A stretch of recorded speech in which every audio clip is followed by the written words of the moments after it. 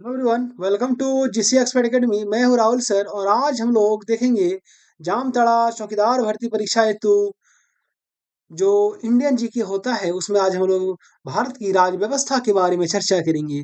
देखिए, ये जो भारत की राज व्यवस्था है टॉपिक थोड़ा सा लंबा है, इसलिए हमने इसका हम लोग दो क्लास लेंगे, पार्ट वन और पार्ट टू में देखेंगे इसको। ठीक है, तो आज हम लोग पार्ट वन यानी क्लास वन को देख रहे हैं और अगली वीडियो में क्लास टू के बारे में देखेंगे। तो दोनों वीडियो अगर हम लोग कर लेते हैं मतलब दो दो क्लासेस से, तो ये जो भारत की राज व्यवस्था है, जितना आपके एग्जाम में सवाल आएंगे यहाँ से वो सारे सवाल इसी क्लास से आपको देखने को मिल जाएंगे, है ना। तो जितने भी बच्चे पहली बार हमसे जुड़े हुए हैं चैनल को सब्सक्राइब कर लीजिएगा, बगल में बेल आइकन का बटन है उसे दबा दीजिएगा ताकि हमारे आने वाले सी वीडियो सभी अपडेट आप तक सबसे पहले पहुंच पाए, है ना। आइए क्लास को स्टार्ट करते हैं। पहला है, ठीक है, पहला है कि निम्नलिखित में से किस अधिनियम के द्वारा कलकत्ता में सर्वोच्च न्यायालय की स्थापना की गई थी। देखिए, क्लास थोड़ी लंबी चलेगी इसलिए हम लोग जो ऑप्शन है ना, जहाँ पे ऑप्शन बताने की आवश्यकता होगी वहां पे बताएंगे। बाकी थोड़ा सा हम लोग वन लाइनर वे में निकल जाएंगे, ठीक है। क्योंकि वीडियो टाइम वेस्ट करके फायदा नहीं है, क्योंकि समय आपके पास बहुत कम है, मात्र 12 दिन के बाद आपका एग्जाम है, ठीक है। और इसका पीडीएफ जो है आपको मिल जाएगा टेलीग्राम के डिस्क्रिप्शन में, सॉरी डिस्क्रिप्शन में टेलीग्राम का लिंक है, वहां पे आप हमसे टेलीग्राम में जुड़ जाइए, वहां पे आपको इसका पीडीएफ मिल जाएगा, है ना। आइए फटाफट देखते हैं। देखिए, निम्नलिखित में से किस अधिनियम के द्वारा जो कलकत्ता में ना जो सर्वोच्च न्यायालय है उसकी स्थापना की गई थी। तो भाई कह रहा है कि कौन से अधिनियम के द्वारा कलकत्ता में जो सर्वोच्च न्यायालय होती है उसकी स्थापना की गई थी। तो एक एक्ट आया था, रेगुलेटिंग एक्ट 1773 में, समझे ना। कौन आए थे? 1773 में रेगुलेटिंग एक्ट आया था, उसके तहत कलकत्ता में जो सुप्रीम कोर्ट है उसकी स्थापना की गई थी, है ना। चलिए अब आगे बात करते हैं हम लोग। अगला है, अगला सवाल है कि भारतीय शासन व्यवस्था में जो प्रतिनिधि एवं लोकप्रिय घटक को समाविष्ट करने का प्रथम प्रयास किस अधिनियम के द्वारा किया गया। देखिए क्या कहा, देखिए, जिनको मन में ये भ्रम है ना कि ये भारत की राज व्यवस्था से सवाल नहीं पूछा जाएगा, विगत कुछ जिलों में हुई जो एग्जाम है वहां के जो प्रश्न पत्र है उसको उठा कर देख लीजिएगा, है ना, आपका भ्रम दूर हो जाएगा। मैं आपको जितना भी चीजें पढ़ा रहा हूँ ना, वह सब चीज आपके एग्जाम की दृष्टि से बहुत महत्वपूर्ण है, ठीक है। आलतू फालतू की चीजें चीजें हम क्यों पढ़ाएं भाई आपको, है ना। मेरा भी टाइम लॉस, आपका भी टाइम वेस्ट, तो इस प्रकार की गलती मैं नहीं कर सकता, है ना। जितना पढ़ा रहा हूँ सब आपके एग्जाम की दृष्टि से महत्वपूर्ण है, इसलिए एक एक क्लास को आप बड़े ध्यान से, ठीक है, करते जाइएगा। तो देखिए, भारतीय शासन व्यवस्था में क्या कह रहा है कि प्रतिनिधि एवं, है ना, जो लोकप्रिय घटक को समाविष्ट करने का जो पहले प्रथम प्रयास किया गया वो कौन से अधिनियम के तहत किया गया। तो सिंपल सी बात है, किधर चली गया जी। देखिए कौन से अधिनियम के तहत किया गया, तो क्या हो जाएगा। हाँ, यहाँ पे देखिए, इसका जो आंसर हो जाएगा भारत परिषद अधिनियम 1861। देखिए, भारत परिषद था 1861 में, है ना। देखिए, अभी मेरे पास उतना समय तो नहीं है और आपके पास भी समय उतना नहीं है कि हम आपको बताएं, लेकिन जब मैं भारतीय राज्य व्यवस्था पढ़ाऊंगा कभी तो एक एक अधिनियम के बारे में पूरा डिटेल से बताऊंगा, ठीक है। ऐसे नहीं कि हमें नहीं आता, है ना। दो दो बार हम यूपीएससी का मेंस लिख चुके हैं, इस बार अपने रिजल्ट के इंतजार में बैठे हुए हैं, ठीक है। देखते हैं कब रिजल्ट आता है ना। तो नॉलेज तो है तब ना आपको पढ़ा पा रहे हैं, तो इसलिए जो है ना, अभी थोड़ी मजबूरी है कि आपके पास समय कम है, इसलिए हमें वन लाइनर बता के निकल जाना पड़ रहा है, नहीं तो मैं एक एक सवाल, एक एक जो यहाँ पे ऑप्शन है ना सबको मैं एक्सप्लेन करता, है ना। चलिए आइए आगे बढ़िए। अगला है कि निम्नलिखित में से किस अधिनियम के अंतर्गत भारतीय विधान पीप नहीं परिषद होता है उसको बजट पर चर्चा करने की शक्ति दी गई, प्रदान की गई, है ना। क्या कह रहा है कि कौन से अधिनियम के अंतर्गत, है ना, भारतीय जो विधान परिषद होते हैं उसको बजट पर चर्चा करने की शक्ति प्रदान की गई, शक्ति दी गई, ठीक है, शक्ति दी गई होना चाहिए, यहाँ पे दी गई, थोड़ा सा आप लोग मैनेज कर लीजिएगा, छूट गया है ना। तो क्या हो जाएगा इसका सही आंसर, हो जाएगा भारत परिषद अधिनियम 1892। क्या हो जाएगा, भारत परिषद अधिनियम जो 1892 में आया था उसके तहत, है ना। चलिए आइए आगे बढ़ते हैं। कहता है कि किस अधिनियम के द्वारा केंद्र में द्विसदनीय विधायिका बनाई गई। देखिए क्या कह रहा है कि केंद्र में, है ना, कौन सी विधायिका, द्विसदनीय विधायिका बनाई गई। तो कौन से अधिनियम के द्वारा बनाई गई भाई, तो क्या हो जाएगा 1919 का जो भारत सरकार अधिनियम आया था उसके द्वारा केंद्र में द्विसदनीय विधायिका बनाई गई, है ना। देखिए, जामताड़ा चौकीदार भर्ती परीक्षा के लिए हमने जो 10 प्रैक्टिस सेट तैयार किया है, ठीक है? तो जितने बच्चे जिन्होंने कि 10 प्रैक्टिस सेट ले लिए हैं, वे उनकी तैयारी बहुत अच्छे स्तर तक पहुँच चुकी होगी और बहुत सारे ऐसे बच्चे हैं जो अब भी 10 प्रैक्टिस सेट लेने में संकोच कर रहे हैं, है ना? या फिर उन्हें जानकारी या नहीं मिल पाई है। तो देखिए 10 प्रैक्टिस सेट हमने जो जामताड़ा चौकीदार के लिए बनाया ना, बहुत महत्वपूर्ण है ये और आपके एग्जाम में ये रामबाण सिद्ध होगा, समझे ना? तो जितने बच्चे हैं जो इसका पीडीएफ लेना चाहते हैं, हमारे दिए गए इस नंबर पर आप हमें मैसेज कर सकते हैं। ये मेरा व्हाट्सअप नंबर है। मेरा नंबर है 7547827450, है ना? 10 प्रैक्टिस सेट आपको मात्र और मात्र 50 रुपए में प्रदान किया जा रहा है। मैं तो कहता हूँ कि संकोच मत कीजिए, ये प्रैक्टिस सेट आपके एग्जाम में रामबाण सिद्ध होगा। ठीक है? जब आप लोग एग्जाम में बैठिएगा ना, तब आपको पता चलेगा कि इसकी कितनी अहमियत है ना? इसलिए फटाफट से लीजिए इसको और जितना जल्द हो सके, जितना बार हो सके इसको मल्टीपल टाइम रिवीजन कीजिए। समझे ना? है ना? चलिए आइए, आइए आगे बढ़ते हैं हम लोग। और वीडियो को आप लोग शेयर करते रहिएगा, है ना? ताकि अधिक से अधिक बच्चों तक हमारा ये क्लास पहुँच सके। देखिए अगला है, क्या है कि भारतीय संसदीय प्रणाली जो है वो ब्रिटिश संसदीय प्रणाली से इस विषय में भिन्न है कि भारत में, देखिए भारत की जो संसदीय प्रणाली है ना, वो ब्रिटिश संसदीय प्रणाली से क्या है, भिन्न है, वो अलग है। लेकिन किस विषय में भिन्न है? तो देखिए कौन से विषय में भिन्न है कि भारत में डैश है, भारत में क्या है भाई, दोनों में क्या अंतर है? ठीक है, तो देखिए दोनों में अगर अंतर की हम लोग बात करेंगे तो दोनों में क्या है कि भारत में जो है ना, वो न्यायिक पुनर्विलोकन की व्यवस्था है, समझे ना? भारत में क्या है कि न्यायिक पुनर्विलोकन जो है उसकी व्यवस्था, देखिए इसका ऑप्शन पढ़ना बहुत जरूरी है कि भारत में देखिए वास्तविक और नाम मात्र दोनों प्रकार की कार्यपालिका है ना? तो वहां पे भी वही है, वास्तविक और नाम मात्र दोनों प्रकार की मतलब क्या बोलते हैं, कार्यपालिका है। उसके बाद सामूहिक उत्तरदायित्व की व्यवस्था है, तो दोनों जगह कलेक्टिव जो रिस्पॉन्सिबिलिटी होती है, दोनों जगह इसकी व्यवस्था है। उसके बाद बात यहाँ पे द्विसदनीय विधायिका है, तो ये भी सेम ही है। लेकिन जो क्या बोल रहा है कि भारत संसद प्रणाली ब्रिटिश से इस प्रकार इस विषय में भिन्न है। तो कौन से विषय में भिन्न होगा कि भारत में क्या है ब्रिटेन से अलग? तो भारत में क्या है ना कि जो न्यायिक पुनर्विलोकन है उसकी व्यवस्था है भारत में, समझे? इसलिए भारत जो है वो ब्रिटिश से भिन्न है। आइए आगे बात करते हैं। अगला है कि निम्नलिखित में से कौन सा कथन सत्य है? भाई 4 ऑप्शन है, इनमें से कौन सा कथन सत्य है? पहला क्या है देखिए कि संयुक्त राज्य अमेरिका में सरकार की संघीय प्रणाली है।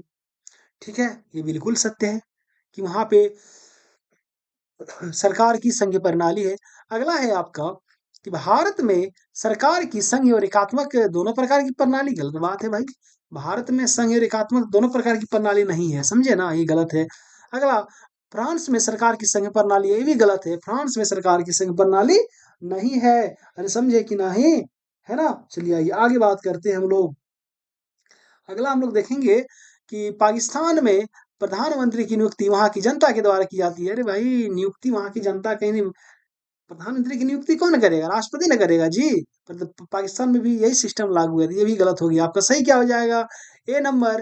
क्या है ना कि संयुक्त राज्य अमेरिका में सरकार की संघीय प्रणाली है ना? चलिए आइए आगे बढ़ते हैं हम लोग। आगे जब बढ़ेंगे तो देखते हैं यहाँ पे कि भारत संविधान, अगला सवाल है, भारत संविधान में निहित मौलिक अधिकारों की अवधारणा किस देश के संविधान से ग्रहण की गई? थोड़ा सा मिस्टेक हुआ है। अच्छा लीजिए इसके बाद मैनेज करते हैं। देखिए भारत संविधान में निहित जो मौलिक अधिकारों की अवधारणा किस देश के संविधान से ग्रहण की गई? तो देखिए क्या हो जाएगा, मौलिक अधिकार जो लिया गया भारत संविधान में वो किस देश से ग्रहण किया गया है? तो क्या हो जाएगा, संयुक्त राज्य अमेरिका यूएसए से मौलिक अधिकार को लिया गया है। ठीक है, ये थोड़ी सी ब्लंडर मिस्टेक हो गई है यहाँ पे। मिस्टेक यही है कि मैंने एक साइड को पढ़ा दिया आपको, एक साइड को छोड़ दिया है ना। आइए पहले इसको ही कर लेते हैं, ठीक है? देखिए यहाँ से आइए, होता है कभी कभी। देखिए निम्न में से किस अधिनियम के फलस्वरूप बर्मा को भारत से पृथक किया गया? भाई क्या कह रहा है कि कौन से अधिनियम के फलस्वरूप बर्मा को, ठीक है, भारत से क्या किया गया, अलग किया गया? तो कौन सा अधिनियम था वो? तो देखिए वो जो अधिनियम था ना आपका, वो गवर्नमेंट ऑफ इंडिया एक्ट 1935 था, यानी भारत शासन अधिनियम 1935 के तहत बर्मा को भारत से अलग किया गया। अरे समझे? आइए आगे बात करते हैं, ठीक है? देखिए बहुत बच्चे ऐसे हैं ना, कोई कहता है सर सोलो पढ़ाइए, बहुत बच्चे हैं कि बोलते हैं सर थोड़ा स्पीड स्पीड पढ़ा के निकल जाइए। इसलिए मैं बीचों बीच में रहता हूँ भाई, ना स्पीड ना सोलो। ठीक है, अगर आपको सोलो करनी है तो थोड़ा आप अपने वहां से कम कर लीजिए। ठीक है, किसी को फास्ट देखनी है तो 1.5 में देखिए। ठीक है, चलिए आइए आगे बात करते हैं कि 1935 के अधिनियम द्वारा स्थापित संघ में जो अवशिष्ट शक्तियां हैं वो किसको दी गई है। देखिए संघ में जो अवशिष्ट शक्तियां हैं, ठीक है, वो किसको दी गई है 1935 के अधिनियम द्वारा स्थापित संघ में। तो ये जो अवशिष्ट शक्तियां हैं ना, वो आपका गवर्नर जनरल को दी गई थी। ठीक है, किसको दी गई थी, गवर्नर जनरल, क्योंकि उस समय गवर्नर जनरल होते थे। अरे है ना। चलिए ठीक है, आइए आगे बात करते हैं, तो इसका सी नंबर सही आंसर हो जाएगा। देखिए ये जो क्लास है ना, इसको रट्टा मारने की काम नहीं है, सिर्फ आप लोग देख के चले जाइएगा, एक से दो बार देख लीजिएगा ना, कम से कम चीजें याद रह जाएगी आपको, है ना। क्योंकि इतनी सवाल अगर कोई रट्टा मार सकते हैं तो अच्छी बात है, मार लीजिएगा, कोई दिक्कत नहीं है, याद करना भी जरूरी है। आइए आगे बात करते हैं कि राष्ट्रपति को अध्यादेश जारी करने की शक्ति किस अधिनियम के द्वारा दी गई है। ये जो राष्ट्रपति है ना, ये राष्ट्रपति को जो अध्यादेश जारी करने की शक्ति दी गई है, वो कौन से अधिनियम के द्वारा दी गई है, तो क्या हो जाएगा आपका, भारत सरकार अधिनियम 1935 के द्वारा दी गई है राष्ट्रपति को अध्यादेश जारी करने की शक्ति। अरे समझे। आइए आगे बढ़ते हैं।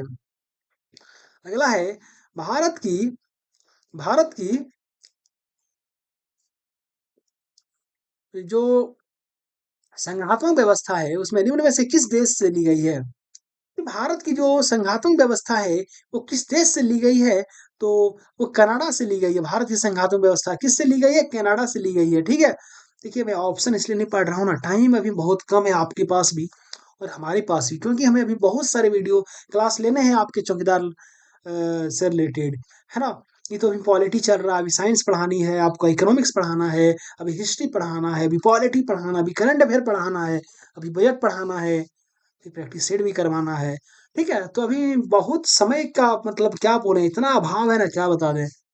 ठीक है, इसलिए सोच रहे हैं कि इसको ऑनलाइनर लेके ही निकल जाते हैं, सवाल मिलने से मतलब है भाई, है ना। ऑप्शन तो आप लोग भी पढ़ लीजिएगा। चलिए आइए आगे बात करते हैं। अगला है कि अखिल भारतीय संघ स्थापित करने का प्रावधान शामिल किया गया था।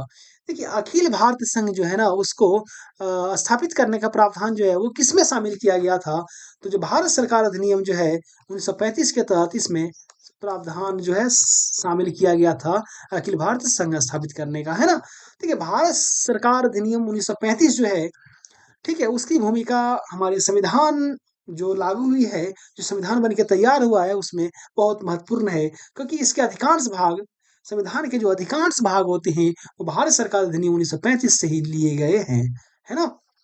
चलिए आइए आगे बात करते हैं। चलिए इधर तो हो गया, अब मिस्टेक नहीं होगा, डोंट वरी। ठीक है, हम लोग 10 नंबर कर लिए थे, 11 भी देख लिए थे, हम लोग 12 भी देख लिए थे। आइए 13 नंबर देखेंगे। है कि बी आर अम्बेडकर यानी डॉक्टर भीमराव अम्बेडकर, उसका जो संविधान सभा में जो निर्वाचन हुआ था वह कहाँ से हुआ था। ठीक है, तो भीमराव अम्बेडकर जी का संविधान सभा में जो निर्वाचन हुआ था आपका बम्बई प्रेसिडेंसी से हुआ था। कहाँ से हुआ था, बम्बई प्रेसिडेंसी से हुआ था। ठीक है, इस प्रकार के सवाल आपको देखने को मिल जाएंगे, है ना। देखिए अगला है कि डॉक्टर भीमराव अंबेडकर का जन्म और मृत्यु कब हुई थी। तो देखिए डॉक्टर भीमराव अंबेडकर का अगर जन्म की बात करेंगे हम लोग तो 1891 ईस्वी में हुई थी, अगर मृत्यु की बात करेंगे तो 1956 ईस्वी में हुई थी। अरे समझे कि नहीं, 1891 से लेकर 1956, जन्म और मृत्यु क्लियर।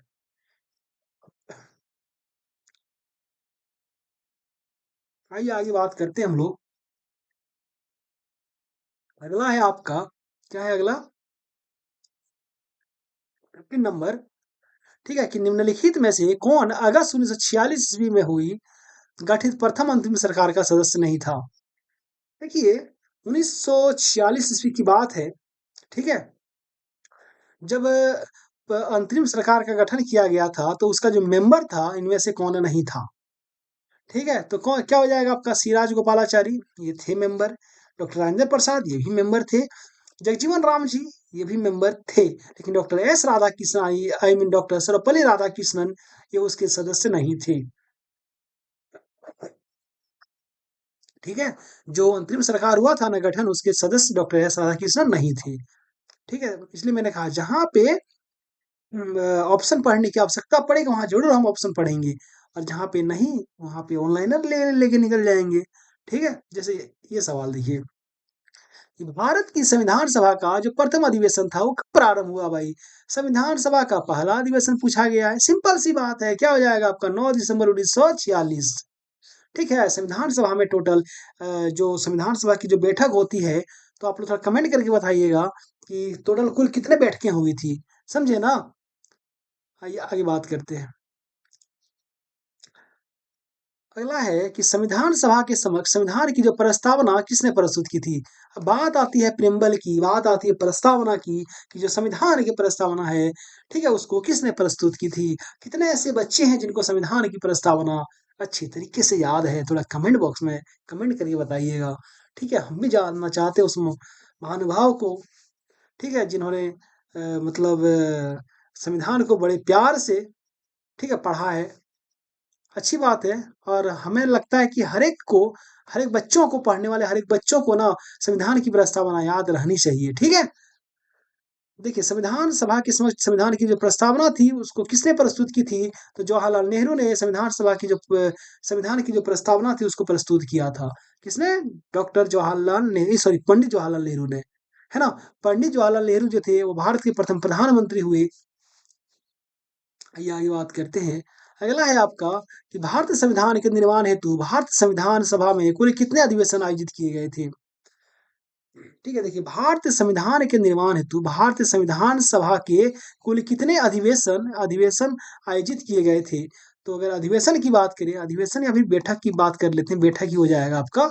तो कुल कितने बैठक आयोजित किए गए थे? तो आपका 11 टोटल बैठक हुए थे। कितने बैठक हुए थे? 11 बैठक हुई थी, समझे? चलिए आइए आगे बात करते हैं।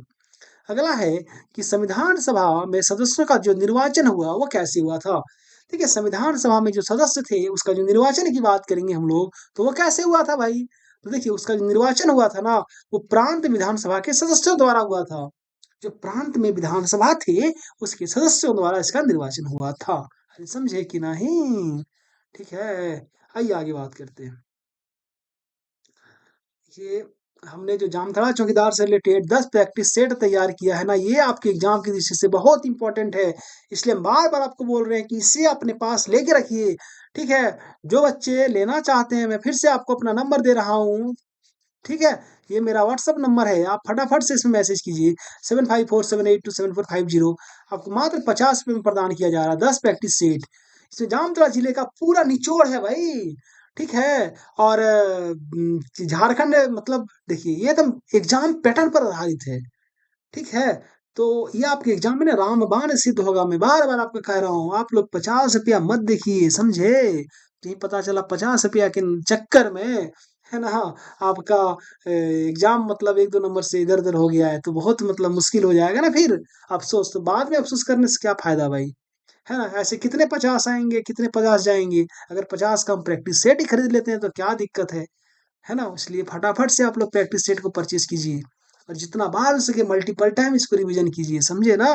चलिए आइए, ज़्यादा नहीं बोलेंगे, फिर बोलिएगा आप ही लोग कि प्रचार खाली करते हैं, है ना? मैं आप लोगों को सही सलाह देता हूँ। शिक्षक हूँ भाई। आइए आगे बात करते हैं कि संविधान सभा के कानूनी सलाहकार कौन थे? संविधान सभा के अगर कानूनी सलाहकार की बात करेंगे हम लोग, तो कौन थे? सिंपल सी बात है, आपका बी.एन. राव हो जाएँगे संविधान सभा के कानूनी सलाहकार। कौन हो जाएँगे? बी.एन. राव। अरे समझे? आइए आगे बात करते हैं। अगला है कि भारतीय संविधान को 26 नवंबर 1949 को किसके द्वारा अधिनियमित किया गया था? भाई देखिए, भारतीय संविधान जो थे उसको 26 नवंबर 1949 को ना किसके द्वारा अधिनियमित किया गया था? तो क्या हो जाएगा आपका? संविधान सभा के द्वारा इसको अधिनियमित किया गया था। किसके द्वारा? संविधान सभा के द्वारा अधिनियमित किया गया था। ठीक है? आइए आगे बात करते हैं हम लोग। अगला है देखिए कि किस वर्ष में जन गण मन को भारत के राष्ट्रगान के रूप में अपनाया गया? भाई सिंपल सी बात है कि जन गण मन को भारत के राष्ट्रगान के रूप में कब अपनाया गया? तो क्या हो जाएगा आपका? वर्ष 1950 में अपनाया गया। ठीक है? भाई आप लोग थोड़ा-सा कमेंट कीजिएगा कि किस तिथि को अपनाया गया? ठीक है? सबका कमेंट आना चाहिए, है ना? आइए आगे बात करते हैं। कि निम्नलिखित में से संघ संविधान समिति का अध्यक्ष कौन था? भाई देखिए, जब संविधान का गठन हो रहा था, तो उसके लिए बहुत सारे समितियाँ बनाई गई। तो ये जो संघ संविधान समिति थी, इसका जो अध्यक्ष हुआ करते थे, वे कौन थे? तो वे पंडित जवाहरलाल नेहरू थे, समझे? संघ संविधान समिति के अध्यक्ष जो थे, वो पंडित जवाहरलाल नेहरू जी थे। आइए आगे बात करते हैं, इसलिए हम कह रहे हैं कि क्वालिटी है, बहुत सारे बच्चे पहली बार इसको पढ़ रहे होंगे, तो एक बार में चीज़ें उतनी अच्छी से समझ नहीं आएगी, कम से कम 2-3 बार वीडियो देख लीजिएगा, है ना? आइए आगे बात करते हैं कि संविधान को 26 जनवरी के दिन लागू करने का निर्णय इसलिए लिया गया क्योंकि भाई हमारा जो संविधान था, उसको 26 जनवरी के ही दिन लागू करने का निर्णय क्यों लिया गया? क्योंकि बताइए कि कांग्रेस ने, सिंपल सी बात है, इस तिथि को वर्ष 1930 में स्वतंत्रता दिवस के रूप में मनाया था, समझे ना? वर्ष 1930 का वो साल था, 26 जनवरी का वो दिन था, जब कांग्रेस ने स्वतंत्रता दिवस के रूप में उस दिन को मनाया था, समझे? इसलिए जो संविधान है उसको लागू करने का निर्णय 26 जनवरी के दिन लिया गया। ठीक है? आइए आगे बात करते हैं। आगे फिर वही हाल। ठीक है? आइए इधर बढ़ते हैं। देखिए, ये आप लोग ना जिन्होंने अब तक चैनल को सब्सक्राइब नहीं किया, वे सब्सक्राइब कर लें। बगल में बेल आइकन का बटन है, उसे दबा दीजिएगा, ताकि हमारे आने वाले सभी वीडियो, सभी अपडेट आप तक सबसे पहले पहुंच पाए। अभी बहुत सारे वीडियो क्लासेस लेने हैं हमको, ठीक है? इसलिए फटाफट से आप लोग सब्सक्राइब कर दीजिएगा, है ना? देखिए, आइए आगे बात करते हैं कि भारत संविधान की प्रस्तावना में जिन आवश्यक एवं उद्देश्यों की रूपरेखा रखी गई है, उसकी व्याख्या की गई है। ठीक है? क्या बोलते हैं कि जो भारत संविधान की जो प्रस्तावना है, उसमें जिन आवश्यों एवं उद्देश्यों की रूपरेखा रखी गई है, हो जाएगा, उसकी व्याख्या किसमें की गई है? तो उसकी जो व्याख्या की गई है, वो आपका राज्य के जो नीति निर्देशक सिद्धांत के अध्याय में, सॉरी, ये हो जाएगा आपका कि मूल अधिकारों, राज्य के नीति निर्देशक सिद्धांत एवं मौलिक कर्तव्यों के अध्याय में की गई है, ठीक है? और इस संविधान का जो प्रस्तावना में जो भी बातें कही गई है, तो उसकी जो पूरा और यानी संविधान देखिए, मान लें कि ये भाई प्रस्तावना हो गया आपका ये, तो यहाँ पे जो भी बातें लिखी गई है ना, हम भारत के लोग, भारत को संपूर्ण जो भी है, तो इसकी पूरा जो इसको डिस्क्राइब किया गया है, इसको जो एक्सप्लेनेशन किया गया है, वो कहाँ पे किया गया है? तो आपका फंडामेंटल राइट हो जाएगा, डीपीएसपी हो जाएगा और फंडामेंटल ड्यूटीज, तीनों जगह पे की गई है, समझे ना? है ना? चलिए आइए आगे बात करते हैं हम लोग। अगला है आपका, क्या है देखिए, कि भारत संविधान की उद्देशिका में निहित संपूर्ण, देखिए उद्देशिका मतलब प्रस्तावना ही होता है, ठीक है? में संपूर्ण प्रभुत्व संपन्न लोकतंत्रात्मक गणराज्य तथा, यहाँ पे देखिए, पंथ निरपेक्ष तथा समाजवादी आदि शब्दों को सही क्रम क्या है?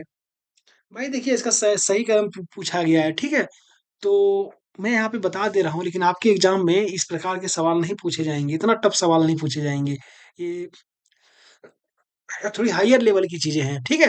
तो देखिए, यहाँ पे जो सही क्रम में सजाया गया ना, ऐसे सजाया गया है। जब आप लोग, अगर किन्हीं की बात प्रस्तावना है तो अच्छी बात है, नहीं है तो आप लोग गूगल से एक बार देख लीजिएगा, डाउनलोड कर लीजिएगा, ठीक है? तो देखिए, जिसका जो सही क्रम हो जाएगा आपका ऐसे है कि संपूर्ण प्रभुत्व संपन्न समाजवादी पंथ निरपेक्ष लोकतंत्रात्मक गणराज्य, ठीक है? इस प्रकार से इसका सही क्रम हो जाएगा, है ना? आइए आगे बात करते हैं।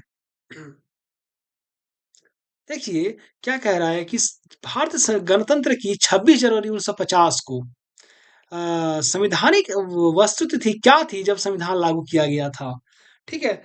देखिए, इस प्रकार के, मैं चलिए अब कुछ कुछ सवालों को छोड़ना स्टार्ट करता हूँ, है ना? क्यों छोड़ना स्टार्ट करता हूँ? क्योंकि बहुत सारे सवाल आपके एग्जाम में नहीं पूछे जाएंगे, और आपको ये सब सवाल थोड़ा टफ लगना स्टार्ट हो जाएगा, ठीक है? आइए इसको बता देते हैं, उसके बाद हम छोड़ना स्टार्ट करेंगे।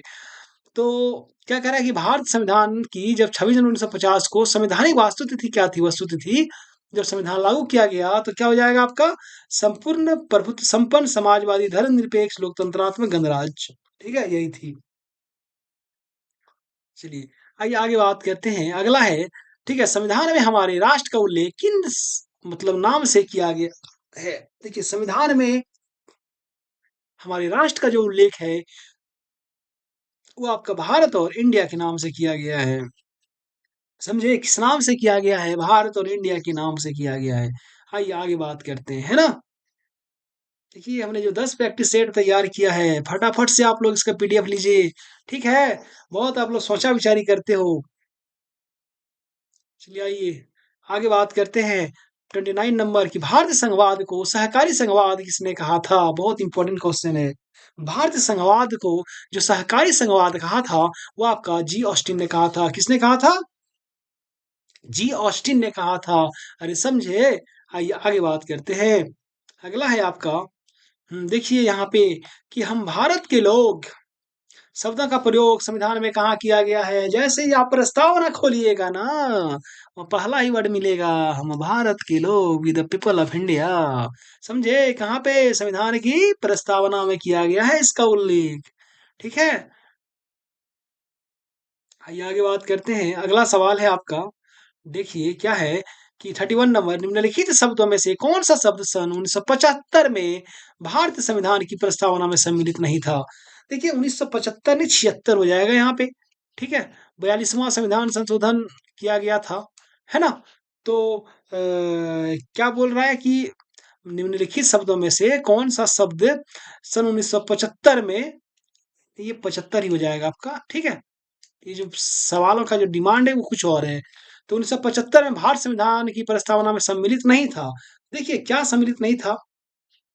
बंधुत्व था, समानता भी था, संप्रभुता भी था, अखंडता नहीं था, ठीक है? ये जो अखंडता है ना वो नहीं था, 1975 की बात कर रहे हैं, क्योंकि 42वां संविधान संशोधन 1976 में आया था, जब संविधान की प्रस्तावना में, ठीक है, एक बहुत बड़ा संशोधन किया गया, ठीक है? चलिए आइए आगे बात करते हैं। 32 नंबर कि सभी व्यक्ति पूर्णतः और समान रूप से मानव हैं, यह सिद्धांत जाना जाता है। देखिए सभी व्यक्ति जो है ना पूर्णतः और समान रूप से क्या है, मानव है, यह सिद्धांत जो है वो जाना जाता है। ये किसका सिद्धांत? ये सार्वभौमिकता का सिद्धांत है। किसका सिद्धांत हो जाएगा आपका? सार्वभौमिकता का सिद्धांत हो जाएगा। ठीक है, आइए आगे बात करते हैं।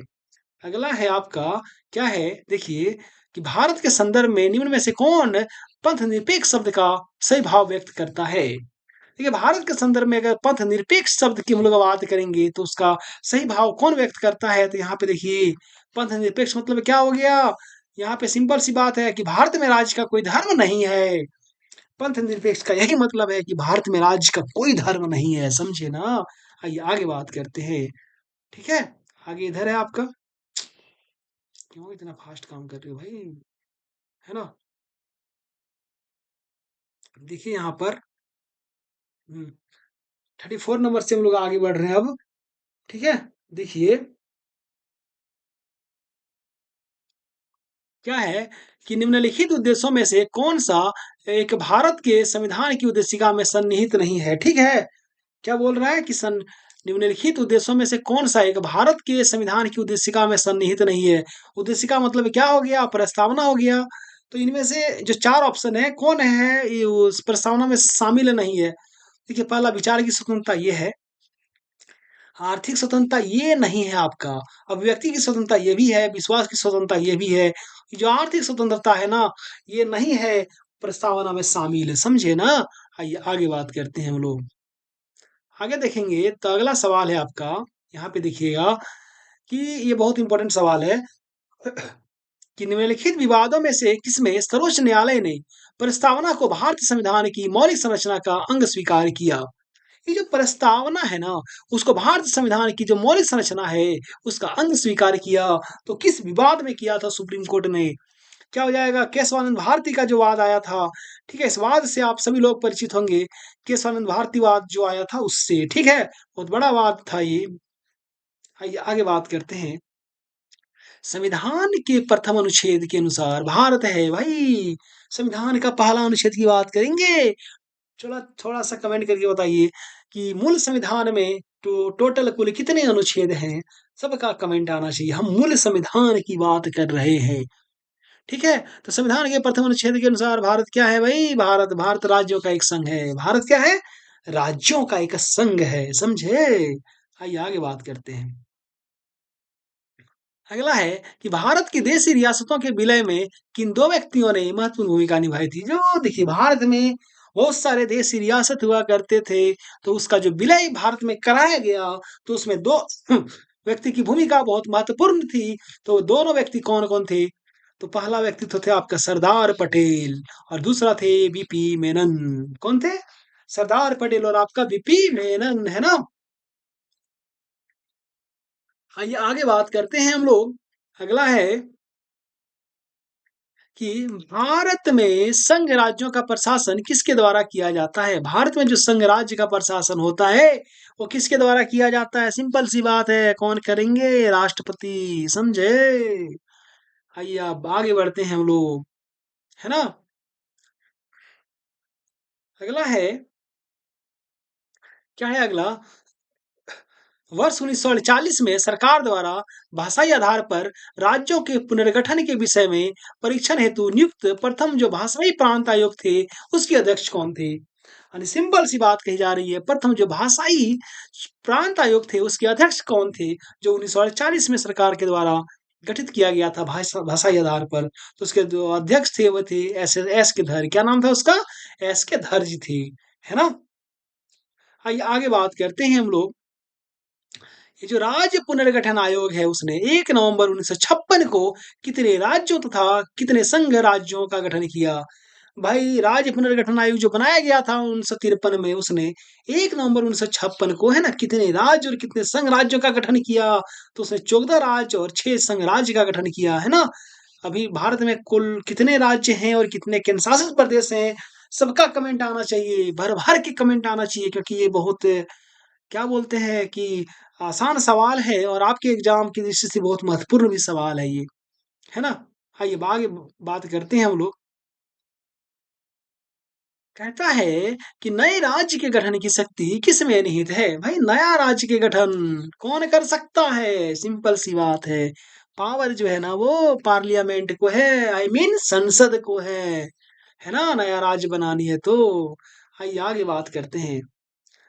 कहता है कि किस संविधान संशोधन द्वारा दिल्ली को राष्ट्र राजधानी क्षेत्र का दर्जा प्रदान किया गया? भाई कौन सा संविधान संशोधन किया था जब दिल्ली को राष्ट्र राजधानी क्षेत्र का दर्जा प्रदान किया गया? तो इसके लिए 69 यानी 69वां संविधान संशोधन किया गया था, समझे ना? है ना? चलिए आइए आगे बात करते हैं। अगला है कि ये जो छत्तीसगढ़ है ना, उस राज्य की स्थापना कब हुई थी? देखिए छत्तीसगढ़ जो बना वो आपका 1 नवंबर 2000 ईस्वी को बना। चलिए थोड़ा आप लोग बता दीजिए कमेंट करके, उत्तराखंड राज्य की स्थापना कब हुई थी? ठीक है, इसी के आसपास है। देखिए छत्तीसगढ़ और झारखंड के बीच में बना उत्तराखंड। तो सबका कमेंट आना चाहिए कि उत्तराखंड राज्य की स्थापना कब हुई थी, है ना? नवंबर 2000 ही होगा, खाली डेट आप लोग को बतानी है। ठीक है? चलिए मैं 2 ऑप्शन देता हूँ। पहला है 6 नवंबर, दूसरा है 9 नवंबर। तो आपको 2 ऑप्शन में से किसी एक को चूज़ करना है। उत्तराखंड की राज्य की स्थापना 6 नवंबर 2000 को हुई थी या फिर 9 नवंबर 2000 को हुई थी। सबका कमेंट आना चाहिए, भर-भर के कमेंट आना चाहिए, समझे ना? आइए आगे बात करते हैं। कहता है कि भारत में कितने संघ नहीं, संघ होता है, संघ शासित प्रदेश हैं, प्रदेश होना चाहिए भाई, प्रदेश हैं, ठीक है? तो भारत में टोटल अभी कितने यूटी हैं, कितने यूनियन टेरिटरी हैं, ठीक है? तो आप लोग थोड़ा-सा कमेंट करके बताइएगा कि भारत में अभी वर्तमान में कुल कितने केंद्र शासित प्रदेश हैं? देखिए कमेंट सबका आना चाहिए, ठीक है? चलिए इस सवाल का जवाब मैं आपको नहीं बता रहा हूँ, ऐसा नहीं कि मुझे नहीं आता है ना? लेकिन मैं आपको नहीं बताऊँगा। चलिए देख लिए तो अच्छी बात है, 8 हो जाएगा आपका, है ना? मैंने सोचा इसको स्किप कर दें, लेकिन दिख गया, कोई नहीं। आइए आगे बात करते हैं कि यदि भारत संघ में एक नए राज्य का सृजन किया जाना है, कहता है कि भारत संघ में एगो नया राज्य बनाना है भाई, तो संविधान की किस अनुसूची में संशोधन करना होगा? देखिए, भारत में एगो नया राज्य बनाना है तो कौन सा अनुसूची में आपको संशोधन करना पड़ेगा? पहली अनुसूची में संशोधन करना पड़ेगा। अभी भारत के संविधान में टोटल 12 अनुसूची है। जब संविधान, माने मूल संविधान की बात करेंगे उस टाइम में 8 थे, लेकिन वर्तमान संविधान में अभी 12 अनुसूची हो गई है। समझे? चलिए आइए आगे बात करते हैं। अगला है आपका 46 नंबर कि निम्न में से कौन एक भारत संघ का सहयोगी राज्य था, जिसके बाद में भारत संघ का पुनः राज्य बनाया गया? भाई क्या कह रहा है कि भारत मतलब कौन ऐसा इसमें से अरुणाचल प्रदेश, झारखंड, सिक्किम, छत्तीसगढ़, ये 4 राज्यों में से कौन पहले भारत का एक सहयोगी राज्य था, लेकिन बाद में इसको भारत संघ का एक पूर्ण राज्य बना दिया गया, तो आपका सिक्किम हो जाएगा। क्या हो जाएगा? सिक्किम। ठीक है? चलिए थोड़ा कमेंट करके बता दीजिएगा कि सिक्किम को कौन से संविधान संशोधन के तहत भारतीय मतलब क्या बोलते हैं कि गणराज्य में शामिल किया गया था इसको, ठीक है। चलिए आइए आगे बात करते हैं। अगला है कि एक नया राज्य बनाने में संवैधानिक संशोधन के लिए किस प्रकार का बहुमत चाहिए। देखिए, एक नया राज्य बनाना है तो संवैधानिक संशोधन तो करना ही पड़ेगा। तो उसमें कौन किस प्रकार का बहुमत चाहिए।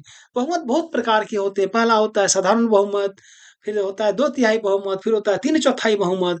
तो राज्य बनाना है ना, तो ये साधारण बहुमत से भी राज्य बन जाती है, समझे ना। कैसे साधारण बहुमत से भी राज्य बन जाते हैं। आइए आगे बात करते हैं। ठीक है, अगला है 48 नंबर कि भारत संघ के अंतर्गत किसी राज्य को शामिल करने की शक्ति किसे प्राप्त है। अरे भाई, भारत संघ के अंतर्गत कोई भी राज्य है उसको शामिल करने की शक्ति किसे प्रदान है। ठीक है, तो संसद को ही ना प्रदान होगा। किसे, संसद को। आइए आगे बात करते हैं। अगला है कि जम्मू कश्मीर राज्य के पुनर्गठन के पश्चात भारत में राज्यों की कुल कितनी संख्या है। जब जम्मू कश्मीर राज्य का पुनर्गठन किया गया तो भारत में कुल कितने राज्यों की संख्या कितनी है, टोटल राज्य। सबका कमेंट आना चाहिए, वर्तमान में भारत में कुल कितने राज्य हैं। ठीक है, कितने राज्य हो जाएंगे आपके। कितना हो जाएगा, 28 हो जाएगा। ठीक है, देखिए हमने जो 10 प्रैक्टिस सेट तैयार किया है ना, ये आपके एग्जाम की दृष्टि से बहुत इंपॉर्टेंट है, समझे ना। इसलिए जो भी बच्चे अब तक इसका पीडीएफ नहीं लिए हैं, हमारे दिए गए इस नंबर पर आप मैसेज कीजिए। मेरा नंबर है 7547827450। आपको मात्र 50 रुपए में 10 प्रैक्टिस सेट प्रदान किया जा रहा है, जो आपके एग्जाम में रामबाण सिद्ध होगा, है ना। चलिए आइए आगे हम लोग बढ़ते हैं। ये बार बार गला फंस रहा है, फिर भी मैं आपके लिए क्लास ले रहा हूँ, है ना। कम से कम एक सब्सक्राइब तो बनता है। इसलिए सभी बच्चे जिन्होंने अब तक सब्सक्राइब नहीं किया है, वे सब्सक्राइब कर दें, ताकि हमारे आने वाले से वीडियो भी आप तक सबसे पहले पहुंच पाए, है ना। देखिए 50 नंबर सवाल है कि निम्नलिखित राज्यों की स्थापना का सही आरोही क्रम क्या है। भाई, जो राज्य की स्थापना हुई थी ना, उसकी सही आरोही क्रम क्या है। देखिए, इस प्रकार के सवाल आपके एग्जाम में नहीं देखने को मिलेंगे। हम पहले बता दे रहे हैं आपको, ठीक है, लेकिन फिर भी बता दे रहे हैं। आप कोई भी एग्जाम में बैठिएगा ना, तो ये क्लास आपके लिए बहुत काम की क्लासेस है, ठीक है। देखिए, तो सबसे आरोही क्रम मतलब क्या होता है, पहले से फिर बाद, छोटा छोटा से बड़ा, है ना। देखिए, पहले आपका क्या हो जाएगा, नागालैंड, फिर मेघालय, फिर सिक्किम, फिर आपका अरुणाचल प्रदेश हो जाएगा। इस प्रकार से होती है, ठीक है। चलिए आइए, अगला है कि भाषाई आधार पर सर्वप्रथम किस राज्य का गठन हुआ। देखिए, भाषाई आधार पर अगर बात करेंगे तो सबसे पहले आपका आंध्र प्रदेश का गठन हुआ। ठीक है, झारखंड का भी गठन जो है ना, वो भाषाई आधार पर जब करने की मांग की गई थी, खारिज कर दिया गया था, समझे ना। तो भाषाई आधार पर सर्वप्रथम जो राज्य का गठन हुआ आपका आंध्र प्रदेश हो गया था। अगला है कि लोकसभा में संघ राज्य क्षेत्रों के लिए कितनी सीटें आरक्षित है। देखिए, लोकसभा की बात करेंगे, उसमें जो संघ राज्य क्षेत्र है, आई मीन यूनियन टेरिटरी, ठीक है, उसके लिए कुल कितने सीटें आरक्षित है, तो 20 सीटें आरक्षित है। ठीक है, यूनियन टेरिटरी के लिए। लोकसभा की हम लोग बात कर रहे हैं। आइए आगे बात करते हैं। अगला है कि संविधान का कौन सा भाग नागरिकता से संबंधित है। भाई, संविधान का कौन सा भाग है जो नागरिकता से संबंधित है, तो क्या हो जाएगा आपका भाग 2। ठीक है, आप लोग थोड़ा कमेंट करके बताइएगा कि संविधान में, भारत के जो मूल संविधान थे उसमें कुल कितने भाग थे। हम मूल संविधान की बात कर रहे हैं, ठीक है। चलिए ऑप्शन देते हैं 22 और 25 में। सबका कमेंट आना चाहिए, मूल संविधान में 22 भाग थे या फिर 25 भाग थे, कमेंट सबका आना चाहिए, है ना। दो ऑप्शन में अगर आप लोग देखते कितने बच्चे सही कर पाते हैं। अगला है कि भारत संविधान निम्न में से कौन सी नागरिकता प्रदान करता है। देखिए, भारत संविधान भाई किस प्रकार की नागरिकता प्रदान करेगा, तो भारत संविधान एकल नागरिकता प्रदान करेगा। दोहरी नागरिकता का हमारे यहाँ कॉन्सेप्ट है ही नहीं, समझे ना। किस प्रकार की नागरिकता प्रदान करेगा, एकल नागरिकता प्रदान करेगा, अरे समझे। ठीक है, किधर गया जी। देखिए, आइए आगे बात करते हैं हम लोग, है ना। अगला है कि भारत संविधान नागरिकता प्रदान करता है किसके आधार पे। देखिए, भारत संविधान जो नागरिकता प्रदान करता है किसके आधार पे, जन्म के आधार पे, निवास के आधार पे, देशीकरण के आधार पे, सभी के आधार पे। तो जो नागरिकता मिलता है हम लोगों को, वो सभी के आधार पे मिल सकता है, जन्म के आधार पे भी, निवास के आधार पर भी, देशीकरण के आधार पर भी मिल सकता है। नागरिकता के बहुत सारे प्रावधान हैं, ठीक है? जब भी मैं आपको इंडियन पॉलिटी हमें पढ़ाने का मौका मिले, मैं आपको नागरिकता के बारे में ज़रूर बताऊँगा, पूरी डिटेल से बताऊँगा, है ना? आइए आगे बात करते हैं। कहता है कि कौन-सा ऐसा देश है भाई जिसमें दोहरी नागरिकता का सिद्धांत स्वीकार किया गया है? भारत में तो एकल नागरिकता है, तो कौन से ऐसे देश है जिसमें दोहरी नागरिकता का सिद्धांत स्वीकार किया गया है? तो क्या हो जाएगा आपका आकार हो जाएगा यहाँ पे यूएसए, संयुक्त राज्य अमेरिका। अरे समझे कि नहीं? है ना? आइए आगे बात करते हैं। अगला है कि निम्न में से किस स्थिति में किसी भारत नागरिक की नागरिकता समाप्त हो सकती है? भाई कोई नागरिक जैसे हम अभी भारत के नागरिक हैं, अगर मेरी नागरिकता समाप्त हो जाएगी तो कौन सी स्थिति में समाप्त हो सकती है मेरी नागरिकता? पहला है आपका परित्याग करने पर, अगर हम इसका परित्याग कर देते हैं। दूसरा है पर्यावसन करने पर, तीसरा है वंचित किए जाने पर, उपरोक्त सभी तो सभी के आधार पे आपको आपकी नागरिकता समाप्त हो सकती है। पर्यावसन मतलब आप देश छोड़कर चले गए दूसरे देश, वहाँ की नागरिकता प्राप्त कर लिए। वंचित किए गए मतलब आप जो है यहाँ से आपको वंचित कर दिया गया, ठीक है? तीनों के आधार पे या फिर अपने मन से आप परित्याग कर दिए, है ना? चलिए आइए आगे बात करते हैं हम लोग। अगला है कि संविधान के 26 नवंबर 1949 को अंकित किए जाने के साथ संविधान के कौन से प्रावधान तुरंत का लागू कर दिए गए थे? देखिए, सब लोग जानते हैं कि 26 नवंबर 1949 को यानी 26 नवंबर को हम लोग संविधान दिवस मनाते हैं। तो 26 नवंबर 1949 को जब अंगीकृत किया गया था संविधान को, तो जैसे ही अंगीकृत किया गया, तो कौन-सा प्रावधान था जिसको तुरंत लागू कर दिया गया? तो क्या हो जाएगा आपका? नागरिकता का प्रावधान एकदम सही है भाई। दूसरा चुनाव संबंधी पर प्रावधान एकदम ये भी सही है। तीसरा अंतरिम संसद संबंधी प्रावधान एकदम ये भी सही है। तो उपयुक्त सभी प्रावधानों को यहाँ पे लागू कर दिया गया था 26 नवंबर 1949 को ही, समझे? आइए आगे बात करते हैं हम लोग।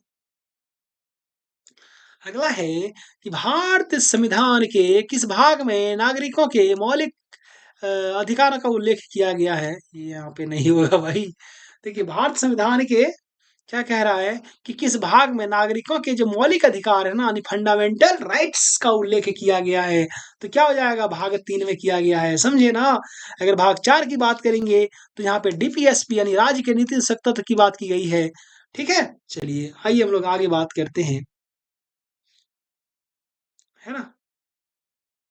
देखिए हमने जामा-ताड़ा जीके से रिलेटेड 10 प्रैक्टिस सेट तैयार किया। हम बार-बार आपको कह रहे हैं कि प्रैक्टिस सेट ले लीजिए, क्योंकि आपके एग्ज़ाम में ये रामबाण सिद्ध होगा, ठीक है? जो भी बच्चे नहीं लिए अब तक, मैं बार-बार आपको अपना नंबर दे रहा हूँ। आप लोग इस नंबर पर मैसेज कीजिए। मेरा नंबर 7547827450। 10 प्रैक्टिस सेट मात्र और मात्र 50 में प्रदान किया जा रहा है। फटाफट से लीजिए। ये आपके एग्ज़ाम में ना देखिए जब एग्ज़ाम में बैठिएगा तब इसकी अहमियत आपको पता चल जाएगी, है ना? आप लोग बहुत सारे बच्चे ₹50 देख रहे हैं। भाई ₹50 कोई बड़ी बात नहीं होती आजकल के दौर में, है ना?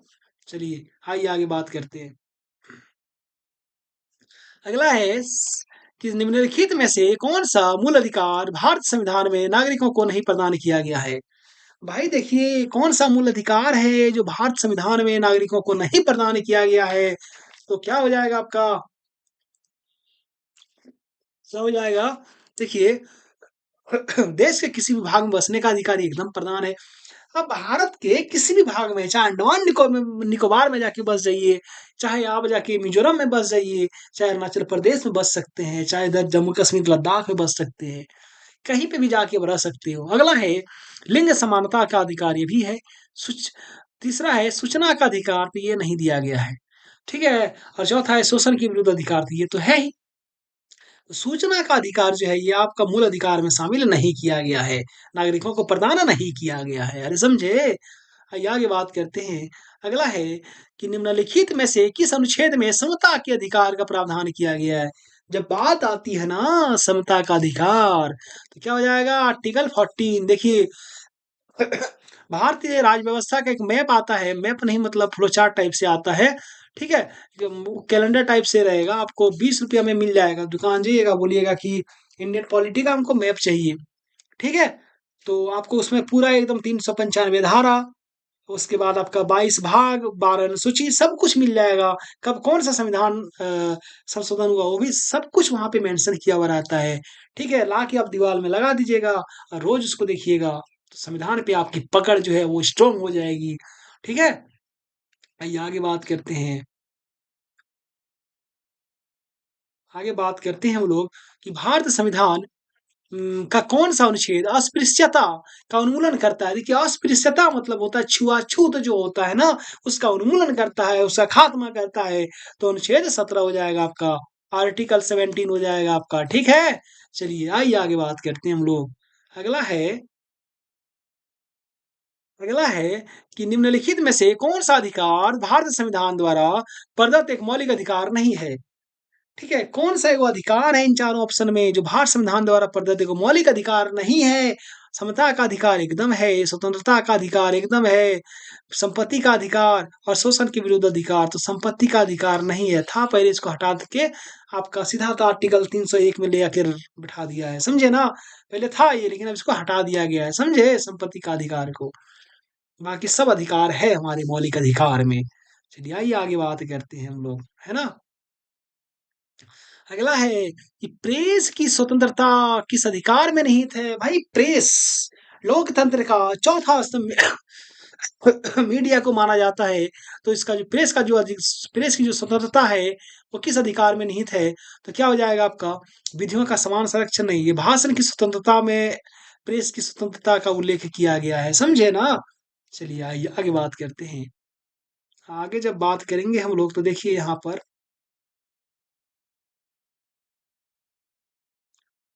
आइए इधर कुछ छूट गया तो बताइएगा, है ना? अगला है 65 नंबर कि भारत संविधान का अनुच्छेद 19 द्वारा प्रदान करता है। भाई भारत संविधान का आर्टिकल 19 क्या प्रदान करता है? तो भारत संविधान के आर्टिकल 19 में 6 प्रकार की स्वतंत्रता का उल्लेख किया गया है। कितने प्रकार के? 6 प्रकार के, ठीक है ना? मैं इसके लिए एक शॉर्ट्स वीडियो बना दूंगा आप लोगों को, ठीक है? एकदम आसान सा ट्रिक है, आपका 6 का 6 याद हो जाएगा तुरंत एकदम, है ना? देखते हैं। जैसे समय मिलता है मैं इस पे एक शॉर्ट्स ज़रूर अपलोड कर दूँगा। आइए आगे बात करते हैं हम लोग। किसी अपराध के अभियुक्त को स्वयं अपने विरुद्ध गवाही देने के लिए बाध्य नहीं किया जा सकता। ठीक है? देखिए कोई भी आदमी अपराध किया है तो उसका जो अभियुक्त है उसको स्वयं अपने विरुद्ध गवाही देने के लिए आप उसको बाध्य नहीं कर सकते। भारत संविधान के कौन से अनुच्छेद में यह प्रावधान किया गया है? तो भारत संविधान के अनुच्छेद 20 का 3, ठीक है? आर्टिकल 20 का 3 में मतलब ये क्या बोलते हैं प्रावधान किया गया है कि किसी को आप ज़बरदस्ती अपने खिलाफ गवाही देने के लिए मतलब फ़ोर्स नहीं कर सकते, है ना? चलिए आइए आगे बात करते हैं। अगला सवाल है आपका अगला सवाल यही है कि भारत संविधान के अनुसार जीवन का अधिकार एक क्या है भाई? जीवन का अधिकार क्या है? तो जीवन का अधिकार जो है आपका एक मौलिक अधिकार है। किस प्रकार का अधिकार है? मौलिक अधिकार है ना? आइए आगे बात करते हैं हम लोग। आगे बात करते हैं 68 नंबर है ना? हाँ, 68 नंबर है।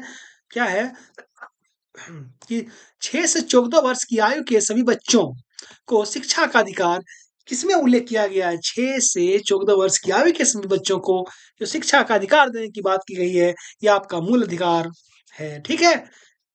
ठीक है ना? 6 से बा 14 वर्ष की जो आयु के जितने बच्चे हैं ना, उसको आप लेबर में काम नहीं करवा सकते, उसको शिक्षा देना ही देना है। ठीक है? ये आपका मूल अधिकार है।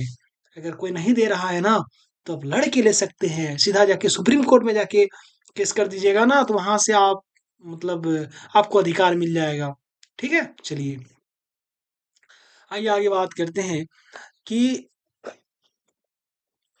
जो मूल अधिकारों के अंतर्गत कौन-सा अनुच्छेद बालकों के नियोजन से प्रत्यक्ष रूप से संबंधित है? भाई क्या कह रहा है कि मूल अधिकारों के अंदर कौन-सा ऐसा अनुच्छेद है जो बालकों के नियोजन से प्रत्यक्ष रूप से संबंधित है? तो बालकों का अगर नियोजन की हम लोग बात करेंगे, तो अनुच्छेद 24 में ये बात सीधी-सीधी कही गई है। ठीक है? देखिए कुछ सवाल अनुच्छेद से भी पूछे जाते हैं, ऐसे नहीं कि नहीं पूछे जाते। इसलिए कुछ-कुछ को हमने यहाँ शामिल किया है। अगला है, किसी धर्म विशेष के समर्थन के लिए करों के भुगतान की अनिवार्यता से मुक्ति की गारंटी दी गई है। ठीक है? इस प्रकार के सवाल नहीं आते हैं आपके एग्ज़ाम में। ये जो 70 नंबर है ना, फिर भी जब पढ़ लिए तो यहाँ पे देखिए इसका आंसर क्या हो जाएगा आपका। ठीक है? क्या हो जाएगा? आर्टिकल 17 सॉरी 27 27 में हो जाएगा आपका। आइए आगे बात करते हैं। ठीक है? देखिए अगला है इस प्रकार से, कुछ कुछ सवालों को ना हम स्किप करना स्टार्ट करते हैं, ठीक है। चलिए आइए, अगला है 72 नंबर, कि मूल अधिकारों से संबंधित विवाद निम्नलिखित में से कौन सा है। देखिए, मूल अधिकार से संबंधित जो विवाद था वो कौन सा है, तो आपका हो जाएगा पहला, गोलकनाथ बनाम पंजाब राज्य 1967 में ये विवाद हुआ था, और ये मूल अधिकार से संबंधित विवाद है, समझे ना। गोलकनाथ बनाम पंजाब राज्य। चलिए आइए आगे बात करते हैं कि निम्नलिखित में से कौन सा मूल अधिकार विदेशी नागरिकों को प्राप्त नहीं है। भाई, विदेशी नागरिक को कौन सा ऐसा मूल अधिकार है जो प्राप्त नहीं है, तो क्या हो जाएगा आपका, देखिए, विधि के समक्ष समता ये सबको प्राप्त है। प्राण और दैहिक स्वतंत्रता का अधिकार जो हमारे देश में आ गए, ये अधिकार भी सबको प्राप्त है। अगर किन्हीं का शोषण हुआ है तो ये अधिकार भी आपको प्राप्त है, लेकिन अगर कोई विदेशी व्यक्ति हमारे देश में आकर कुछ अंट संट बोलता है तो वो अधिकार उनको प्राप्त नहीं है, समझे ना। यानी अभिव्यक्ति की स्वतंत्रता का अधिकार उनको प्राप्त नहीं है। कोई विदेशी आएगा और हमारे यहाँ किसी को गाली गलौज देके चल जाएगा तो ये अधिकार उसको नहीं प्राप्त है, समझे ना। आप घूमिए फिरिए, आपके साथ कुछ होता है गलत तो आप केस फाइल कीजिए, सब अधिकार है, लेकिन अंट संट कुछ बोल के मत जाइए यहाँ से। ये अधिकार आपको प्राप्त नहीं है। हम विदेशी नागरिकों की बात कर रहे हैं, ठीक है। आइए आगे बात करते हैं। देखिए, अगला है कि अल्पसंख्यकों के हितों की सुरक्षा पर किस अनुच्छेद में प्रावधान किया गया। देखिए, जब अल्पसंख्यक की बात करेंगे तो उसके हित की सुरक्षा के पर कौन से अनुच्छेद में प्रावधान किया गया है, तो आर्टिकल 29 अनुच्छेद 29 में अल्पसंख्यक जो है ना उसके हितों की सुरक्षा पर मतलब बात कही गई है अनुच्छेद 29 में। आइए आगे बात करते हैं हम लोग। अगला है आपका कि बंधुआ मजदूर, बहुत इंपॉर्टेंट है, देखिएगा, बंधुआ मजदूर उन्मूलन अधिनियम संसद ने किस वर्ष पारित किया था। ये जो बंधुआ मजदूर उन्मूलन अधिनियम है ना, उसको संसद ने किस वर्ष पारित किया, तो आइए जानते हैं किस वर्ष पारित किया आपका। ये जो हो जाएगा आपका 1976 में पारित किया था। कब पारित किया था? 1976 में पारित किया था बंधुआ मजदूर उन्मूलन अधिनियम, है ना। आइए आगे बात करते हैं हम लोग। ये मंडल आयोग बहुत फेमस आयोग है ये, तो उसके द्वारा अपनी रिपोर्ट किस वर्ष प्रस्तुत की गई थी, मंडल आयोग के द्वारा। ठीक है, तो मंडल आयोग ने अपनी रिपोर्ट 1980 में प्रस्तुत की, समझे। आइए आगे बात करते हैं। अगला है कि भारत के संविधान में किस अनुच्छेद के अंतर्गत सशस्त्र बलों के सदस्यों के मौलिक कर्तव्य अधिकारों को विशेष रूप से प्रतिबंधित किया जा सकता है। क्या कह रहा है कि भारत के संविधान के कौन से अनुच्छेद के अंतर्गत सशस्त्र बलों के सदस्यों के जो मौलिक अधिकार हैं उसको विशेष रूप से प्रतिबंधित किया जा सकता है, तो क्या हो जाएगा, अनुच्छेद 33 के तहत। ठीक है, अनुच्छेद 33 के तहत, समझे। आइए आगे बात करते हैं हम लोग। अगला है कि मौलिक अधिकार निलंबित किए जा सकते हैं। भाई, मौलिक अधिकार को निलंबित करने की शक्ति सिर्फ और सिर्फ राष्ट्रपति को है, समझे ना। आइए आगे बात करते हैं कि निम्नलिखित में से किसको संविधान द्वारा मौलिक अधिकारों की शक्ति दी गई है। ठीक है, संविधान के द्वारा मौलिक अधिकारों का संरक्षण कौन करेगा। ठीक है, ये शक्ति किसको प्रदान की गई है, तो ये शक्ति जो है वो सर्वोच्च न्यायालय एवं उच्च न्यायालय को प्रदान की गई है, दोनों को प्रदान की गई है, सर्वोच्च न्यायालय को भी और उच्च न्यायालय को भी प्रदान की गई है कि आप मौलिक अधिकारों का संरक्षण कीजिएगा। ठीक है, चलिए आइए आगे बात करते हैं हम लोग। कहता है कि निम्नलिखित में से कौन सी रीट व्यक्तिगत स्वतंत्रता का बुलवर्क है। कौन सा रीट है जो व्यक्तिगत स्वतंत्रता का क्या है, बुलवर्क है, समझे ना। तो क्या हो जाएगा, परमादेश हो जाएगा, अधिकार परीक्षा हो जाएगा, या बंदी प्रत्यक्षीकरण होगा। एक और है भाई, क्या है आपका, हो जाएगा उत्प्रेषण। तो क्या सही आंसर जो हो जाएगा, सी नंबर हो जाएगा, यानी बंदी प्रत्यक्षीकरण हो जाएगा आपका सही आंसर। क्या हो जाएगा, बंदी प्रत्यक्षीकरण। ठीक है, चलिए आइए आगे बात करते हैं। देखिए, अब तक जिन्होंने सब्सक्राइब नहीं किया वे सब्सक्राइब कर लें, और बगल में बेल आइकन का बटन है उसे दबा दीजिएगा ताकि हमारे आने वाले सभी वीडियो आप तक सबसे पहले पहुंच पाए, है ना। और देखिए, ये जो 10 सेट है ना, मैं बार बार कह रहा हूँ कि 10 सेट को आप लोग फटाफट से लीजिए और मल्टीपल टाइम रिवीजन कीजिए। आपके एग्जाम की दृष्टि से बहुत महत्वपूर्ण है, समझे ना। तो जो भी बच्चे लेना चाहते हैं ना, हमारे इस नंबर पर आप हमें व्हाट्सएप मैसेज कीजिएगा। ये मेरा व्हाट्सएप नंबर है 7547827450। आपको मात्र 50 में प्रदान किया जा रहा है, समझे। चलिए आइए आगे बात करते हैं हम लोग। अगला है, ठीक है, अगला है आपका, क्या है अगला, बहुत इंपॉर्टेंट है ये भी, कि निम्नलिखित में से कौन सा एक सत्य है। भाई, इनमें से सत्य कौन सा है। ठीक है, तो देखिए, क्या हो जाएगा कि भारतीय संविधान में मूल अधिकारों को शामिल करने के लिए नेहरू रिपोर्ट 1928 ने समर्थन किया था। ठीक है, नेहरू रिपोर्ट ने समर्थन किया था, ये एकदम सही है। अगला है भारत सरकार अधिनियम 1935 ने मूल अधिकारों को प्रश्रय दिया, नहीं ये गलत है, क्योंकि मूल अधिकार आपका अमेरिका से लिया गया है। अगर आगे बात करते हैं कि अगस्त प्रस्ताव जो 1940 में मूल अधिकार शामिल किए गए थे, गलत बात है। और क्रिप्स मिशन 1942 ने मूल अधिकारों को प्रश्रय दिया था, ये भी गलत है। तो सही आंसर जो हो जाएगा आपका वो यही हो जाएगा कि भारत संविधान में मूल अधिकारों को शामिल करने के लिए नेहरू रिपोर्ट ने समर्थन किया था। चलिए आइए आगे बात करते हैं हम लोग। अगला है आपका कि निवारक नजरबंदी के अंतर्गत किसी व्यक्ति को बिना मुकदमा चलाए कितने दिनों तक बंदी बनाया जा सकता है? भाई निवारक नजरबंदी कोई भी व्यक्ति को किया गया है, प्रिवेंटिव डिटेंशन, तो उसके अंतर्गत किसी व्यक्ति को बिना मुकदमा चलाए आप कितने दिन तक बंदी बना के रख सकते हो? तो मात्र आपको 3 महीना तक बंदी बना के रखने का आपको अधिकार है, समझे ना? यानी उनको 3 महीना तक ही बंदी बना के रखा जा सकता है। ठीक है, आइए आगे बात करते हैं हम लोग। अगला है उच्चतम न्यायालय के अनुसार निजी भवनों के ऊपर राष्ट्र ध्वज को फहराना संविधान के किस अनुच्छेद के अंतर्गत सम्मिलित किया गया है? भाई उच्चतम न्यायालय मतलब हो गया आपका सुप्रीम कोर्ट, तो उसके अनुसार निजी भवन के ऊपर अगर आप राष्ट्र ध्वज को फहरा रहे हैं तो संविधान के कौन से अनुच्छेद के अंतर्गत इसको सम्मिलित किया गया है? तो आर्टिकल 19 का क्लॉज क्लॉज 1। ठीक है, आर्टिकल 19 का क्लॉज 1 का क में ये शामिल किया गया है कि आप निजी भवन में भी राष्ट्र ध्वज को फहरा सकते हैं, समझे? आइए आगे बात करते हैं हम लोग। अगला है कि भारत संविधान में राज्य के नीति निदेशक तत्वों की संकल्पना किस देश के संविधान पर आधारित है? भाई ये भारत संविधान में डीपीएसपी लिया गया ना, राज्य के नीति निर्देशक तत्व। ठीक है, इसे शॉर्ट में डीपीएसपी कहा जाता है, समझे ना? तो ये आपका जो लिया गया है आपका आयरलैंड से लिया गया है। कहाँ से लिया गया है? आयरलैंड से लिया गया है, समझे? आइए अगला है कि संविधान के अंतर्गत भारतीय लोकतंत्र के आदर्शों को हम कहाँ देख सकते हैं? संविधान के अंतर्गत जो भारतीय लोकतंत्र का जो आदर्श है उसको आप कहाँ पे देख सकते हैं? तो देखिए क्या हो जाएगा इसका सही आंसर, आइए जानते हैं। ठीक है, ठीक है, तो इसका जो सही आप देख सकते हो भाग 4 में ही देख सकते हैं, और भाग 4 में है आपका डीपीएसपी यानी राज्य के नीति निर्देशक तत्व। वहीं अगर भाग 4 का क्लॉज 1 की बात कर लेंगे तो वहां पे आपका फंडामेंटल ड्यूटीज यानी मौलिक कर्तव्य की बात करी गई है, समझे? चलिए आइए आगे बात करते हैं।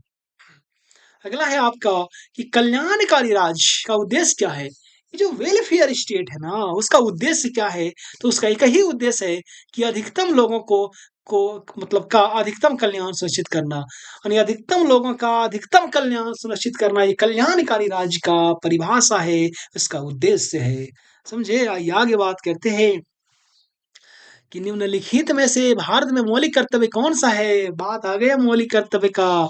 तो मौलिक कर्तव्य कौन सा है? तो मौलिक कर्तव्य मैंने कहा कि भाग 4(1) में इसकी चर्चा की गई है। ठीक है, तो कौन सा मौलिक कर्तव्य हो जाएगा इसमें? देखिए, ये हमारी मिली-जुली संस्कृति की समृद्ध विरासत को संरक्षित करना ये आपका मौलिक कर्तव्य हो जाएगा। थोड़ा आप लोग कमेंट करके बताइएगा कि भारत संविधान में कितने मौलिक कर्तव्यों का उल्लेख किया गया है।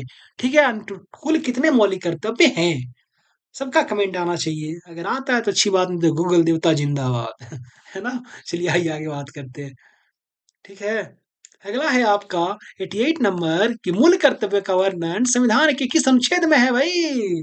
मूल कर्तव्य की बात की जा रही है तो आर्टिकल यानी अनुच्छेद 51 का क में मूल कर्तव्य का वर्णन किया गया है, समझे? आइए आगे बात करते हैं। अगला है आपका कि भारत संविधान का कौन सा अनुच्छेद है जो यह निर्धारित करता है कि राज्य के नीतिनिर्देशक सिद्धांत किसी न्यायालय द्वारा लागू नहीं किए जा सकते? यानी नीति निर्देशक सिद्धांत मतलब क्या हो गया? राज्य का जो डीपीएसपी है ना वो कोई न्यायालय द्वारा लागू नहीं किया जा सकता। तो ये आर्टिकल 37 में साफ साफ लिखी गई है। हाँ, ठीक है, अगला है कि किसने कहा था कि राज्य के नीति निर्देशक तत्व होना चाहिए? ठीक है, वो ऐसा ऐसा चेक है जिसे सुविधानुसार अदा किया जा सकता है। मतलब ये बातें किसने कही थी कि राज्य का जो नीति निर्देशक यानी डीपीएसपी जो है ना वो ऐसा चेक है जिसको आप सुविधानुसार अदा कर सकते हो। और ये कथन जो है वो किसका है? तो आइए देखते हैं वो कथन किसका है। ये कथन जो है ना आपका वो केटी शाह जी का है। किसका है? केटी शाह का है।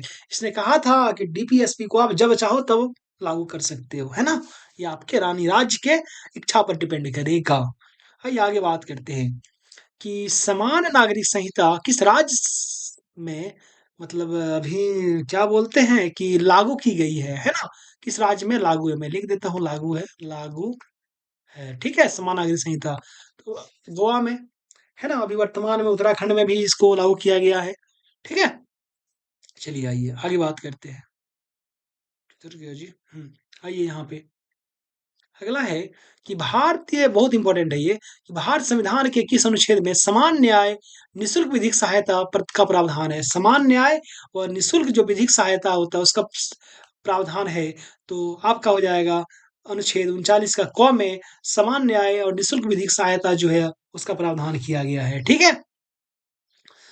आगे बात करते हैं, बहुत इंपॉर्टेंट है कि इस भारत संविधान के किस अनुच्छेद में ग्राम पंचायतों के गठन का निर्देश दिया गया है? कौन सा अनुच्छेद है? इसमें राज्य को, ग्राम मैंने पहले बोल दिया था, राज्य को ग्राम पंचायतों के गठन का निर्देश दिया गया है, तो अनुच्छेद 40 हो जाएगा आपका।